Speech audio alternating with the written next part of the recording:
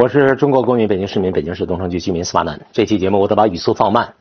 把表情调整到比较严肃、认真、凝重的状态来跟大家说一件事情。怎么回事呢？中央纪委国家监委网站呢登了一则消息，标题是北京市委网络安全和信息化委员会办公室2级巡视员黄少华接受审查调查。反腐败以来，各种各样落马的官员多了，你是个巡视员，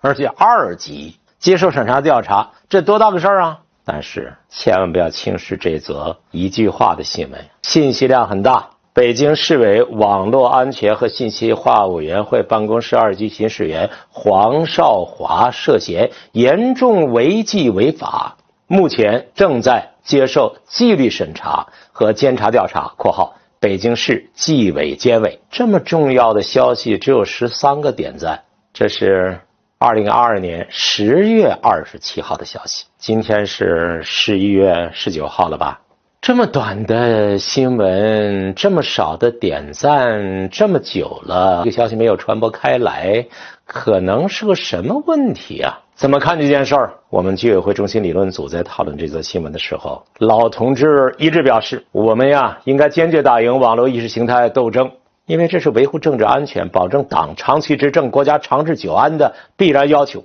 老党员、老干部们说，这个被抓的干部2级巡视员，他们叫他黄二，如果他仅仅是腰带问题、口袋问题也就罢了，因为基本上是2大类问题，就是一个简单的贪腐，人性弱点克服不了自己。但问题在于这事情可能没有那么简单。有个微博大 V 叫监制彭立虎，他透露信息说，今年元月国家某最高司法机关聘请金盾影视中心主任为影视发展顾问。这个刚刚被抓的2级巡视员黄少华竟然通过网信办向某司法机关打电话发密函啊，这老百姓过日子一般不用这词儿，密函。密函说，这个金盾影视被禁言，他不适合做你们单位的影视顾问。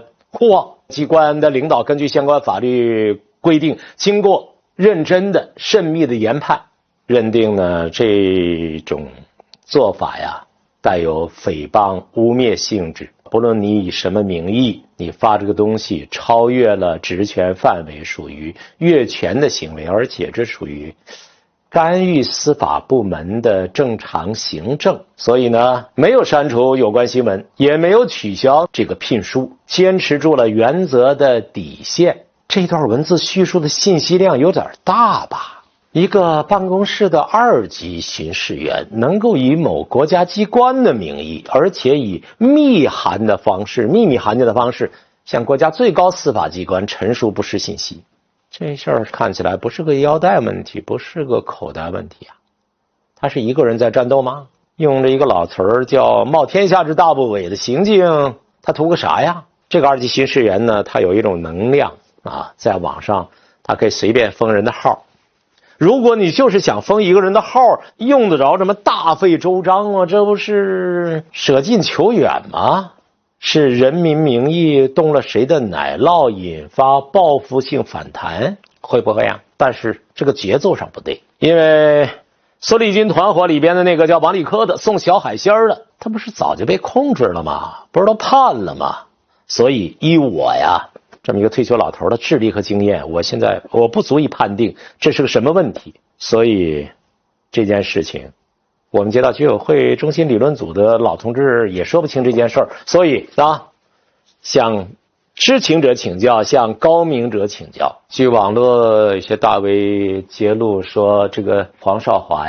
他腐败有一个习惯性的动作，就是在网上他做的那些违反政策的事情都是打着别人的旗号，比方说向有关部门和单位负责人交代，这是领导交办的，赶快落实吧。他的嘴里说出来的，他说是领导交办的，哪个领导交办没有，也不敢问。于是这个黄少华就可以在网络管理中用这样的手法不断的谋取私利，达到个人目的。他随便封杀账号的时候可以这么说，在网络产业扶持利益集团代理人的时候也可以这么说。大家千万别误会这段话不是我说的，这是网络其他的大 V 在揭露黄少华违法行为的时候公开这样讲。如果您想知道的话，我可以告诉你具体出处。大家都知道直播带货一段时间非常火，火到有的人每天上亿乃至10几亿的销售额。天哪，这当然不排除有个别团队人家努力，人家运气，人家长得帅气，人家漂亮，但是直播带货行业不少创造奇迹的博主以及他们背后的团队，可能少不了像黄少华2级巡视员这种网络管理系统大权在握的人。保驾护航，它可以让你日进斗金，也可以让你停业整顿。2级巡视员黄少华往往一句话都能搞定，他也因为搞定，最后自己搞不定，东窗事发，现在被中纪委和国家监委抓了。这个人呐，你在外边，那苏立军多厉害呀，王立科多厉害呀，都不可一世啊。但是进去就老实喽，进去态度就变了。所以现在呢，如果你不刹住这种网络管理腐败分子，这种无法无天的暗箱操作手段，如果任由他们用这种没规矩没法律，随意呢用领导交代的这种东西当挡箭牌，违背党的方针啊，而且他做些呢藏垢纳污伤天害理的事情，造成多恶劣的影响。所以说到这些事情，我是犹豫了半天，我才决定做这期节目的。我现在把关于这个问题